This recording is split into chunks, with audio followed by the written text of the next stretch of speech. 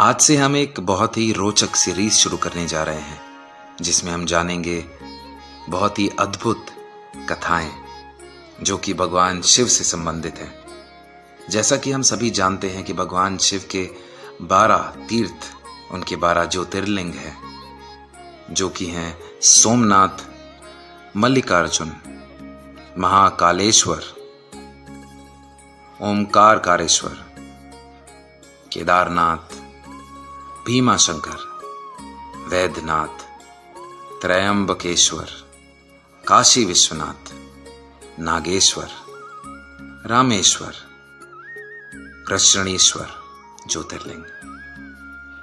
तो इन सब ज्योतिर्लिंगों के साथ में उनकी बहुत ही रोचक कथाएं भी हैं जो हम आज से जानना शुरू करेंगे, और इसकी शुरुआत हम करेंगे सोमनाथ ज्योतिर्लिंग से। ज्योतिर्लिंग के प्रादुर्भाव की ये पौराणिक कथा प्रचलित है।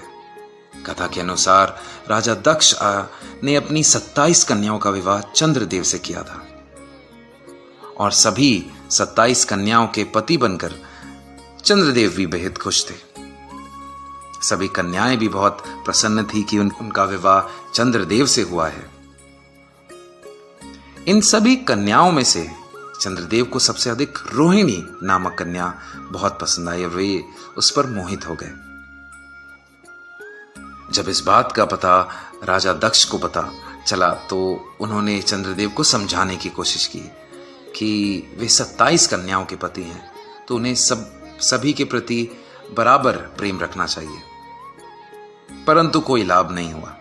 उनके समझाने का प्रभाव यह हुआ कि उनकी आसक्ति रोहिणी के प्रति और भी अधिक हो गई। और जब इस बात का पता राजा दक्ष को चला तो उन्होंने क्रुद्ध होकर चंद्रदेव को श्राप दे दिया और कहा, जाओ, आज से तुम क्षय योग के मरीज हो जाओगे। श्रापवश देव चंद्र क्षय योग से पीड़ित हो गए। उनके सम्मान और प्रभाव में भी कमी हो गई।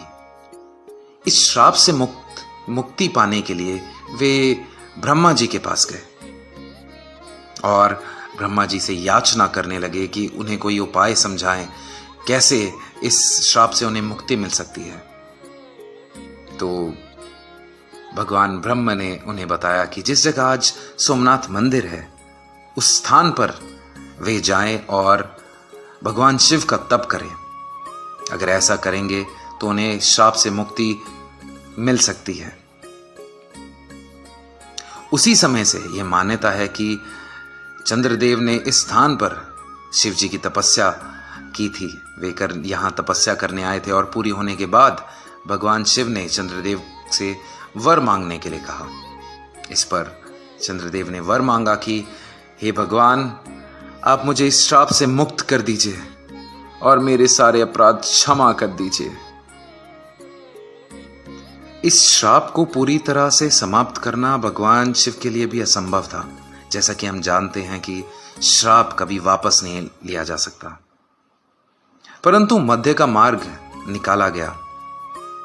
शिव जी ने कहा कि एक माह में 2 पक्ष होते हैं, एक शुक्ल पक्ष, एक कृष्ण पक्ष। तो उनमें से एक पक्ष में आपका श्राप नहीं रहेगा, परंतु एक पक्ष में वे श्राप से ग्रस्त रहेंगे। तो शुक्ल पक्ष और कृष्ण पक्ष में से एक पक्ष में वे बढ़ते हैं तथा दूसरे में वे घट जाते हैं। चंद्रदेव ने भगवान शिव की यह कृपा प्राप्त करने के लिए उन्हें धन्यवाद किया और उनकी स्तुति की।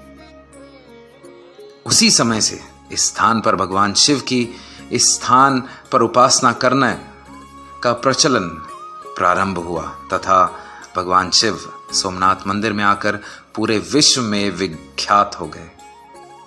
देवता भी इस स्थान को नमन करते हैं।